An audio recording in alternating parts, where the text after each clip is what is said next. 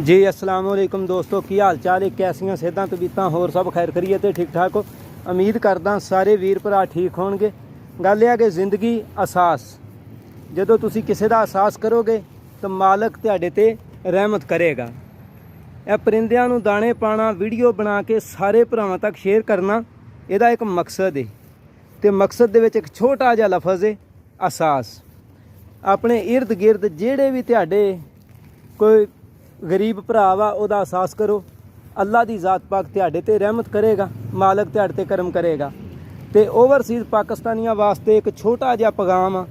Overseas country च किसी भी मुल्क दे दोस्त भरा रहिंदे आ, उन्हां वास्ते एक छोटा जिहा पैगाम आ। हर बंदा अपने इर्द गिर्द देखे तो जिहड़ा भी कोई गरीब भरा मौजूद आ, यूनान ने वीज़ा पॉलिसी मुतारफ करवाई आ। तो उस एक भरा नूं अपने कोलों, गरीब बंदा देखो, अपने कोलों पैसे ला के उन्होंने इस मुल्क दे विच जिहड़ी भी कंट्री च कोई हैगा उत्थे बुलाओ। जदों उन्होंने बुला लोगे वो बंदा तुहाडे भी पैसे तुहानूं दे देगा, जिन्ने तुसीं उत्ते लाओगे, और ज़िंदगी पूरी अपनी भी अच्छे तरीके नाल बसर कर सकेगा। इहदे नाल साडे 2-3 फायदे होणगे। नंबर 1, साडे मुल्क दा कर्जा भी लै जाएगा। नंबर 2, साडे मुल्क दा पैसा मजबूत होएगा। नंबर 3, साडी जिंदगी दे विच जिहड़ियां मुश्किलां परेशानियां दूर हो जाणगियां, मालक रहमत कर देगा।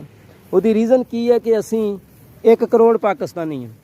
यूरोप कंट्री च बहुत सारे ऐसे पाकिस्तानी हैं जिहड़े गिनती च नहीं अनईगल ने, लेकिन उन्होंने ईगल करन दा यूरोप दे विच मुख्तलिफ मुल्कां दे विच नोमो आ रहा है। अल्लाह करे सारिਆਂ वास्ते आसानी पैदा होवे।